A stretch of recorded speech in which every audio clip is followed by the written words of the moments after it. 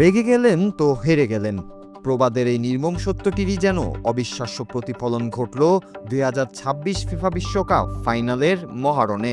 বিশ্বজুড়ে কোটি কোটি ফুটবল প্রেমী যখন আর্জেন্টিনা ও স্পেনের এক জমজমাট লড়াই দেখতে মুখিয়েছিলেন, ঠিক তখনই উগ্র আচরণ আর মেজাজ হারিয়ে নিজেদের কপাল নিজেরাই পোড়ালেন আলবিসেলেস্তারা। স্পেনের ধারালো টিকিটাকা আর উচ্চ বল পজিশনের সামনে মাঝ মাঠের নিয়ন্ত্রণ হারিয়ে মাঠ জুড়ে চরম বিশৃঙ্খলা সৃষ্টি করে আর্জেন্টিনা।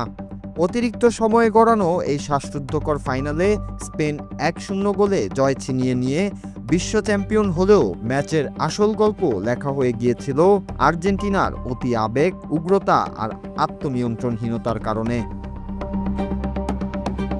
খেলার শুরু থেকেই স্পেনের গতিময় পাসিং ও উইঙ্গারদের প্ররোচনার মুখে দিশেহারা হয়ে পড়ে আর্জেন্টিনার রক্ষণভাগ।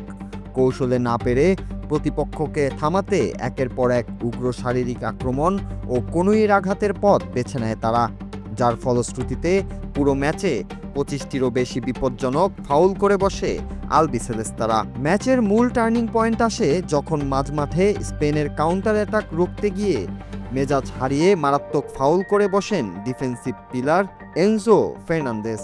রেফারি সরাসরি লাল কার্ড দেখালে ১০ জনের দলে পরিণত হয় আর্জেন্টিনা। স্পেনের মতো পাসিং মাস্টারদের বিরুদ্ধে একজন খেলোয়াড় কম নিয়ে টিকে থাকা অসম্ভব হয়ে পড়ে এবং অতিরিক্ত সময়ে গোল খেয়ে বিশ্বকাপ হাতছাড়া হয় ডিফেন্ডিং চ্যাম্পিয়নদের।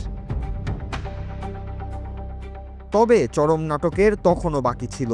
শেষ বাঁশি বাজার পর যখন বিশ্বজয়ের উল্লাসে মত্ত স্পেন, ঠিক তখনই মাঠের ভেতর অনাকাঙ্ক্ষিত হাতাহাতিতে জড়িয়ে পড়ে দুই দল।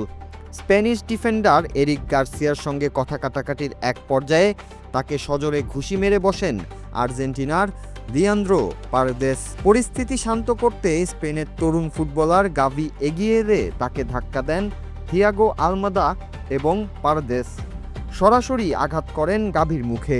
বিশ্বমঞ্চে এমন অসংযত আচরণের দায়ে খেলা শেষ হওয়া সত্ত্বেও পারেদেসকে শাস্তিমূলক লাল কার্ড দেখান রেফারি, যা আর্জেন্টিনার মনস্তাত্ত্বিক পরাজয়কেই উন্মোচিত করে। ফুটবলে জেদ আর আগ্রাসন প্রয়োজন, কিন্তু তা যখন শৃঙ্খলার সীমানা ছাড়িয়ে মেজাজ হারানোর মিছিলে পরিণত হয়, তখন তার মাসুল দিতে হয় পুরো দলকে। ২০২৬ বিশ্বকাপের ফাইনাল প্রমাণ করে দিল বিশ্বসেরার খেতাব ধরে রাখতে শুধু ট্যাকটিক্যাল নৈপুণ্যই যথেষ্ট নয়, প্রয়োজন পেশাদারিত্ব ও তীব্র মানসিক সংযম।